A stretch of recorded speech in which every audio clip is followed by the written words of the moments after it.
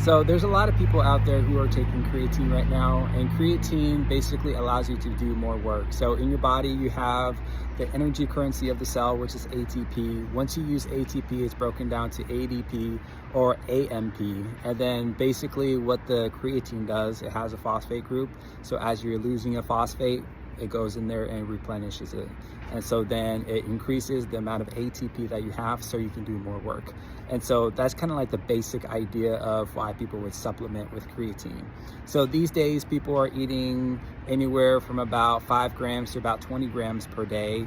And now research is coming out about the cognitive effect of it. There's even like cancer research coming out for creatine, and it's been researched for a long time. I believe the first paper that was published was like 1992, and I was looking at it specifically for like strength enhancement, performance enhancement, and things like that.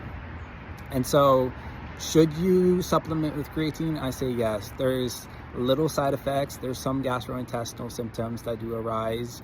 And then also when you take creatine, you fill up your muscles with a lot of water. And so because of that, you put on a little bit of mass. So because of that extra mass, that can be a little off-putting, just because most people don't want to gain extra weight, especially if you're going to the gym, you're trying to lose weight.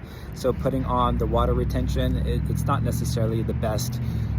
But something that I always like to keep in mind is the story from the Christian experience. There is a time where Paul was talking about his time with the Bereans in Acts, and he talks about how he was so astounded by the ways in which the Bereans constantly look into the Word to make sure the things that they're hearing were true. And I think that's the same thing with any supplement. It's like, take our time to research it, to understand it. Is it good for you? You know, are you seeing the benefits? For me, I've been supplementing with it this past few weeks. Do I see a huge difference?